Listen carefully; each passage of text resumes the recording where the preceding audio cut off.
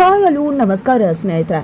ಇಲ್ಲಿ ಭಾರ್ಗವಿ ಗಾಯತ್ರಿ ದೇವಿಗೆ ಕೆಡ್ಡ ತೋಡಿ ತನ್ನ ಬಲೆಗೆ ಬೀಳಿಸ್ಕೊತಿದ್ದಾರೆ, ಅಥವಾ ಇಲ್ಲಿ ನಿಜಕ್ಕೂ ಗಾಯತ್ರಿ ದೇವಿನೇ ಭಾರ್ಗವಿಯನ್ನ ಕೆಡ್ಡಾಗೆ ಬೀಳಿಸಿ ಅಟ್ಯಾಕ್ ಮಾಡ್ತಿದ್ದಾರೆ. ಏನಾಯ್ತು, ಏನ್ ಕತೆ, ಇದೆಲ್ಲವನ್ನ ಕೂಡ ತಿಳ್ಕೋಬೇಕು ಅಂದ್ರೆ ಈಗಲೇ ನಮ್ಮ ಈ ಚಾನಲ್ನ ಸಬ್ಸ್ಕ್ರೈಬ್ ಮಾಡಿ, ಹಾಗೆ ಈ ಒಂದು ವಿಡಿಯೋವನ್ನ ಪೂರ್ತಿಯಾಗಿ ನೋಡೋದನ್ನ ಯಾವುದೇ ಕಾರಣಕ್ಕೂ ಕೂಡ ಮರಿಬೇಡಿ. ಇಲ್ಲಿ ಅರ್ಜುನ್ ಮತ್ತೆ ಭಾರ್ಗವಿ ಇಬ್ಬರ ನಡುವೆ ಗಾಯತ್ರಿ ದೇವಿಯ ವಿಶ್ವಕ್ಕೆ ಜಗಳ ಶುರುವಾಗಿದೆ. ಇಲ್ಲಿ ಅರ್ಜುನ್ ಅಪ್ಪನ ಪರವಾದ ಮಾಡ್ತಾ ಇದ್ರೆ, ಆ ಕಡೆ ಗಾಯತ್ರಿ ದೇವಿ ಪರವಾಗಿ ನಿಂತ್ಕೊಂಡಿದ್ದಾಳೆ ಭಾರ್ಗವಿ. ಗಾಯತ್ರಿ ದೇವಿ ಮನೆಗೆ ಬಂದ್ಮೇಲೆ ತಮ್ಮ ಮನೆ ನೆಮ್ಮದಿ ಹಾಳಾಯ್ತು. ಗಾಯತ್ರಿ ದೇವಿ ನೋಡುವಷ್ಟು ಆಕೆ ಸುಲಭ ಅಲ್ಲ. ನೋಡಿದ್ರೆ ನಿಜಕ್ಕೂ ಬೇರೆ ಏನೋ ಉದ್ದೇಶ ಇಟ್ಕೊಂಡು ಬಂದಿದ್ದಾರೆ ಅಂತಾನೆ ಅನ್ನಿಸ್ತದೆ. ಅತಿ ವಿನಿಯಂ ದೂರ್ತ ಲಕ್ಷಣ ಅನ್ನೋ ಹಾಗೆ ಆಕೆ ನೋಡ್ಲಿಕ್ಕೆ ಕಾಣಿಸ್ತಿರುವುದೇ ಬೇರೆ, ಇರುವುದೇ ಬೇರೆ ಅಂತ ಅನ್ನಿಸ್ತದೆ. ಯಾವ್ದೋ ಸತ್ಯವನ್ನ ಮುಚ್ಚಿಡ್ತಿದ್ದಾರೆ ಆಕೆ ಅಂತ ಅನ್ನಿಸ್ತದ ಅಂತ ಅರ್ಜುನ್ ಕರೆಕ್ಟ್ ಆಗಿ ಗೆಸ್ ಮಾಡ್ತಿದ್ದಾರೆ. ಆದ್ರೆ ಭಾರ್ಗವಿ ಮಾತ್ರ ಇಲ್ಲ, ಜಿ.ಪಿ. ಮಾವನೇ ಸತ್ಯವನ್ನ ಮುಚ್ಚಿಡ್ತಿದ್ದಾರೆ. ಈಕೆ ದೇವತೆ ತರ, ಇಂಥ ದೇವತೆಯನ್ನ ಮದುವೆ ಆಗ್ಲಿಕ್ಕೆ ಜಿ.ಪಿ. ಪಾಟೀಲ್ ಮಾವ ಪುಣ್ಯ ಮಾಡಿದ್ರು. ಆದ್ರೆ ಅಂತವ್ನ ಸಾಯಿಸೋದಕ್ಕೆ ಯಾಕೆ ಹೋದ್ರು, ಆಕೆಗೆ ಯಾಕೆ ಅನ್ಯಾಯ ಮಾಡಿದ್ರು? ನಿಜ ಹೇಳ್ಬೇಕು ಅಂದ್ರೆ ಆಕೆ ಮೇಲೆ ಇವತ್ತು ಇಡೀ ಮನೆಯವರು ಹಾಗೆ ಸಾಧಿಸಿದ್ದಾರೆ, ಆಕೆಯನ್ನ ಸಾಯಿಸೋದಕ್ಕೆ ಮುಂದಾಗಿದ್ರು. ಬಟ್ ಆದ್ರೂ ಕೂಡ ಆಕೆ ಇಡೀ ಮನೆಯವ್ರ ಮೇಲೆ ಕಂಪ್ಲೇಂಟ್ ಕೊಡ್ಲಿಲ್ಲ. ನನ್ನ ಮನೆಯವರು ಚೆನ್ನಾಗಿರ್ಬೇಕು ಅಂತಾನೆ ಅನ್ಕೊಂಡ್ರು. ನಿಜಕ್ಕೂ ಇಷ್ಟಲ್ಲೇ ಗೊತ್ತಾಗ್ತದೆ ಅಲ್ವಾ ಆಕೆ ಎಂತ ಒಳ್ಳೆ ಹೆಣ್ಮಗಳು ಅಂತ. ಅಂಥವ್ರ ಮೇಲೆ ಈ ರೀತಿ ದಬ್ಬಾಳಿಕೆ ಮಾಡುವುದು ಎಷ್ಟು ಸರಿ? ಖಂಡಿತವಾಗ್ಲೂ ಇಲ್ಲಿ ಗಾಯತ್ರಿ ದೇವಿಗೆ ನ್ಯಾಯ ಕೊಡಿಸೋವರೆಗೂ ನಾನು ಯಾವುದೇ ಕಾರಣಕ್ಕೂ ಸುಮ್ಮನೆ ಬಿಡುವುದಿಲ್ಲ. ಅದು ಮನೆಯಲ್ಲೇ ಇರಬಹುದು, ಕೋರ್ಟಲ್ಲೇ ಇರಬಹುದು ಅಂತ ಹೇಳಿ ಇಲ್ಲಿ ಭಾರ್ಗವಿ ಹೇಳಿದಾಗ ತಾನು ಕೂಡ ತನ್ನ ತಂದೆಯ ಪರವಾಗಿ ನಿಂತ್ಕೋತೀನಿ. ಅದು ಮನೇಲೇ ಇರಲಿ, ಕೋರ್ಟಲ್ಲೇ ಇರಲಿ, ನನ್ನ ತಂದೆ ಎಂಥವ್ರು ಅಂತ ನನಗೆ ಗೊತ್ತಿದೆ. ಜಿ.ಪಿ. ಅಹಂಕಾರಿ ಇರಬಹುದು, ಕೋಪಿಷ್ಟ ಇರಬಹುದು, ಆದರೆ ಯಾವುದೇ ಕಾರಣಕ್ಕೂ ಇಂಥ ಒಂದು ಕೀಳು ಮಟ್ಟಕ್ಕೆ ಇಳಿದು ಇನ್ಯಾರೂ ಸಾಯಿಸುವಂಥ ದುಷ್ಟ ಅಂತೂ ಅಲ್ಲ. ನನ್ನಪ್ಪ ಏನು ಅಂತ ಗೊತ್ತು. ನನ್ನಪ್ಪನ ನಾನು ಮೊದಲಿಂದ ನೋಡ್ಕೊಂಡು ಬಂದಿದ್ದೀನಿ. ಇವತ್ತು ನಿನ್ನೆನೋ ನನ್ನಪ್ಪನ ನೋಡ್ತವನಲ್ಲ ಅಂತ ಹೇಳಿ ಅರ್ಜುನ ತನ್ನ ತಂದೆ ಜಿ.ಪಿ. ಪರವಾಗಿ ನಿಂತ್ಕೋತಾರೆ. ನಿಜಕ್ಕೂ ಇಲ್ಲಿ ತಪ್ಪು ಯಾರದ್ದು, ಸುಳ್ಳು ಯಾರದ್ದು ಖಂಡಿತವಾಗ್ಲೂ ಕ್ಲಿಯರ್ ಆಗಿ ಗೊತ್ತಾಗಿದೆ. ಗಾಯತ್ರಿ ದೇವಿನೇ ಗಂಗಾ ಆಗಿದ್ದಾರೆ. ಬಟ್ ಭಾರ್ಗವಿಗೆ ಆ ವಿಷಯ ತಿಳಿದಿಲ್ಲ. ಖಂಡಿತವಾಗ್ಲೂ ಅದು ತಿಳಿದಿಲ್ವೋ, ಅಥವಾ ಭಾರ್ಗವಿನೇ ಇಲ್ಲಿ ಗಾಯತ್ರಿ ದೇವಿಯನ್ನ ಕೆಡ್ಡಾಗೆ ಬೀಳಿಸಿ ಸಾಕ್ಷಿ ಸಮೇತ ಹೊರಗಡೆ ತರೋದಕ್ಕೆ ಡ್ರಾಮಾ ಮಾಡ್ತಿದ್ದಾರೋ ನಿಜಕ್ಕೂ ಕೂಡ ಗೊತ್ತಾಗಬೇಕಾಗಿರೋ ಸಂಗತಿ ಆಗಿದೆ.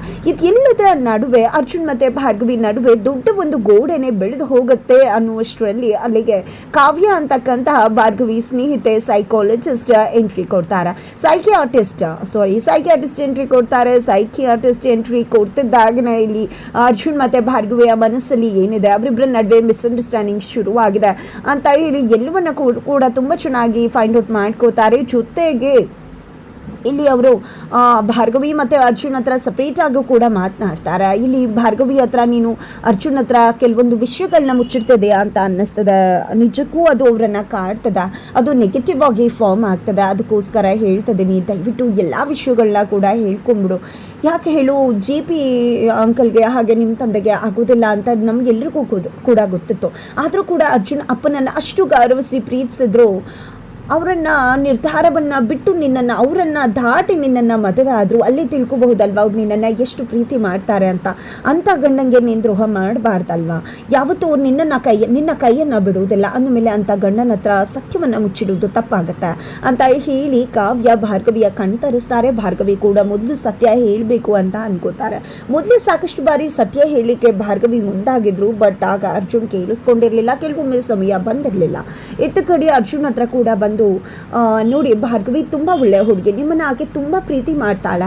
ಎಷ್ಟೋ ವಿಷಯಗಳನ್ನ ನಾವು ಕ್ಷಣಕ್ಕೆ ಹೇಳ್ಬಿಡ್ಬೇಕಾಗತ್ತೆ, ಸಮಯ ಅದಕ್ಕೆ ಅವಕಾಶ ಮಾಡಿಕೊಡುತ್ತಾ. ಆದರೆ ಮತ್ತಷ್ಟು ವಿಷಯಗಳನ್ನ ಹೇಳೋದಕ್ಕೆ ಸಮಯನೇ ಬರುವುದಿಲ್ಲ, ಸಮಯ ಅವಕಾಶನೇ ಮಾಡಿಕೊಡುವುದಿಲ್ಲ. ಈಗಲೂ ಕೂಡ ಭಾರ್ಗವಿ ಪರಿಸ್ಥಿತಿ ಅದೇ ಆಗಿದೆ. ಖಂಡಿತ ಆಕೆ ತನ್ನ ಮನಸ್ಸಲ್ಲಿರುವ ಒಂದಷ್ಟು ವಿಷಯಗಳನ್ನ ನಿಮ್ಮ ಹತ್ರ ಹೇಳ್ಕೊತಾಳೆ. ಆಕೆ ಎಂದೂ ಕೂಡ ನಿಮಗೆ ದ್ರೋಹ ಮಾಡ್ತಕ್ಕಂಥವಳಲ್ಲ. ಖಂಡಿತ ಈ ಕಾಲ ಎಲ್ಲವನ್ನೂ ಕೂಡ ಸರಿಪಡಿಸುತ್ತೆ. ನೀವು ಸಮಯಕ್ಕೋಸ್ಕರ ಕಾಯಬೇಕು. ಭಾರ್ಗವಿ ಮೇಲೆ ದಯವಿಟ್ಟು ಸಿಟ್ಟು ಕೋಪ ಮಾಡ್ಕೋಬೇಡಿ ಅಂತ ಹೇಳ್ತಾರೆ. ಅರ್ಜುನ್ಗೂ ಕೂಡ ಅದು ಅರ್ಥ ಆಗತ್ತಾ. ಇತ್ತ ಕಡೆ ಗಾಯತ್ರಿ ದೇವಿ ಜಸ್ಟ್ ಇಲ್ಲಿ ಭಾರ್ಗವಿಯನ್ನ ಸಂಹಾರ ಮಾಡೋದಕ್ಕೆ ಮಾತ್ರ ಬಂದಿಲ್ಲ, ಇಡೀ ಜಿ.ಪಿ. ಪಾಟೀಲ್ ಮನೆಯ ಮನೆಯನ್ನೇ ಕೋಟಿಯನ್ನೇ ಕೆಡವಬೇಕು ಅಂತ ಹೇಳಿ ಬಂದಿದ್ದಾರೆ. ಮನೆಯಲ್ಲೇ ಇತ್ಕೊಂಡು ತನ್ನ ಎಲ್ಲ ಬಿಸ್ನೆಸ್ ಅನ್ನ ಕೂಡ ಮಾಡ್ತಿದ್ದಾರೆ, ನೋಡ್ಕೋತಿದ್ದಾರೆ. ಇದೆಲ್ಲದರ ನಡುವೆ ಬೃಂದ ಬುದ್ಧಿ ಇದ್ದಿದ್ದೆ, ಅಕ್ಕ ತಂಗಿ ನಡುವೆ ಇರೋ ಜಗಳ ಮತ್ತೆ ಶುರುವಾಗ್ಬಿಟ್ಟಿದೆ. ಈ ಕಡೆ ಭಾರ್ಗವಿಯನ್ನ ಅರ್ಜುನ್ ಮುಂದೆ ಕೆಂಗಣಿಗೆ ಗುರಿ ಮಾಡಬೇಕು, ಇಲ್ಲಿ JP ಮತ್ತು ಭಾರ್ಗವಿ ನಡುವೆ ತಂದು ಹಾಕಬೇಕು ಅನ್ನೋ ಉದ್ದೇಶದಿಂದ ಇರೋ ಬರೋ ತಿಂಡಿ ಎಲ್ಲ ತೊಗೊಂಡು ಹೋಗ್ಬಿಡ್ತಾರೆ. ಡೈನಿಂಗ್ ಟೇಬಲ್ ಮೇಲೆ ಬಂದು ಭಾರ್ಗವಿ ಬಂದು ನೋಡಿದಾಗ ಅಲ್ಲಿ ಯಾವುದೇ ರೀತಿ ತಿಂಡಿ ಇರೋದಿಲ್ಲ, ಜಸ್ಟ್ 2 ಇಡ್ಲಿ ಇರುತ್ತೆ. ಅದು ನೋಡಿದಂತ ಅವಳಿಗೆ ಅನ್ಸುತ್ತೆ, ಎಲ್ಲ ಊಟ ಮಾಡಿಬಿಟ್ಟಿದ್ದಾರೆ, ತಿಂಡಿ ಮಾಡಿಬಿಟ್ಟಿದ್ದಾರೆ ಅಂತ. ತಾನೇ ತಿಂಡಿ ಹಾಕ್ಕೊಂಡು ತಿನ್ನೋಣ ಅಂತ ಕುತ್ಕೋತಾರೆ. ಆ ಟೈಮ್ಗೆ JP ಬರ್ತಾರೆ. ಈ ಕಡೆ ಬೃಂದ ಆಲ್ರೆಡಿ ಅರ್ಜುನನ್ನ ಕರ್ಕೊಂಡು ಬಂದು, ನೋಡು ನೀನು ಇಲ್ಲದೆ ಇರಬೇಕಿದ್ರೆ ಮಾವನ ಹತ್ರ ಹೇಗೆ ಬಿಹೇವ್ ಮಾಡ್ತಾಳೆ ಭಾರ್ಗವಿ ತೋರಿಸ್ತೀನಿ ಅಂತ ನಿಲ್ಸ್ಕೊಂಡಿದ್ದಾಳೆ. ಈ ಕಡೆ JP ಬಂದು ತಿಂಡಿ ನೋಡ್ತಾರೆ, ಇಲ್ಲದೆ ಇರೋದನ್ನ ನೋಡಿ ಎದ್ದು ಹೋಗ್ತಿರ್ತಾರೆ. ಆಗ ಭಾರ್ಗವಿ, ಕುತ್ಕೊಳ್ಳಿ ಮಾವ, ನೀವು ತಿಂದ ಎಲ್ಲಿ ಹೋಗ್ತಿದ್ರ, ತಗೊಳ್ಳಿ ತಿನ್ನಿ ಅಂತ ತನ್ನ ತಿಂಡಿಯನ್ನೇ ಕೊಡ್ತಾಳೆ. JP ಸರಿ ಆಯಿತು ಅಂತ ತಿಂತಿದ್ದಾರೆ. ಏನಪ್ಪ ನನ್ನ ಪ್ಲಾನ್ ಉಲ್ಟಾ ಹೊಡಿತಲ್ಲ ಅಂತ ಬೃಂದ ಅನ್ಕೋತಾಳೆ. ಅಷ್ಟರಲ್ಲಿ ಶ್ರೀಮಂತಪ್ಪ ಬರ್ತಾರೆ. ಬಂದಿದ್ದೆ, ಏನಿದು ಭಾರ್ಗವಿ, ನಿಮ್ಮ ಮಾವನ ಕಾಳಜಿ ಮಾಡ್ತಿದ್ಯಾ, ಎಷ್ಟು ಒಳ್ಳೆಯವಳಲ್ವಾ, ಮಾವನ್ ಎಷ್ಟು ಚೆನ್ನಾಗಿ ಕಾಳಜಿ ಮಾಡ್ತೀಯಾ ಅಂತ ಹೇಳಿದಾಗ, ನನಗೆ ಅಪ್ಪ ಅಮ್ಮನಷ್ಟೇ ಮಾವನ ಮೇಲೆ ಪ್ರೀತಿ ಗೌರವ ಎಲ್ಲವೂ ಕೂಡ ಇದೆ, ಆದರೆ ಅವರು ಅದನ್ನು ಉಳಿಸ್ಕೋಬೇಕಾಗಿದೆ, ಸತ್ಯನ ಒಪ್ಕೋಬೇಕಾಗಿದೆ ಅಂತ ಹೇಳಿ ತಿಂಡಿ ತಿಂತಿರೋ ಮನುಷ್ಯನ ಮುಂದೆನೇ ಅದನ್ನೆಲ್ಲ ಮಾತಾಡ್ಬಿಡ್ತಾರೆ. JP ಈಗ ಹೋಗಿ ಟಪ್ಪಂತ ಬಡಿಯತ್ತೆ, ಹಾಗೆ ಎದ್ದು ನಿಂತ್ಕೊಂಡು ಸೆಟ್ ಮಾಡ್ಕೊಂಡು ಬಿಡ್ತಾರೆ, ಹೋಗೇ ಬಿಡ್ತಾರೆ. ಈ ಕಡೆ ನೋಡಿದ್ಯಾ ಅರ್ಜುನ್ ಹರಕೆ ಮಾಡೋ ರೀತಿ ಮಾವನಿಗೆ ಹೇಗೆ ಮುಚ್ಚುಗರಕ್ಕೆ ಒಳು ಮಾಡಿದ್ಲು ಅಂತ ಹೇಳಿ ಅರ್ಜುನ್ಗೆ ಹಾಕ್ಕೊಡ್ತಿದ್ದಾಳೆ ಭಾರ್ಗವಿ ಬಗ್ಗೆ ಬೃಂದ.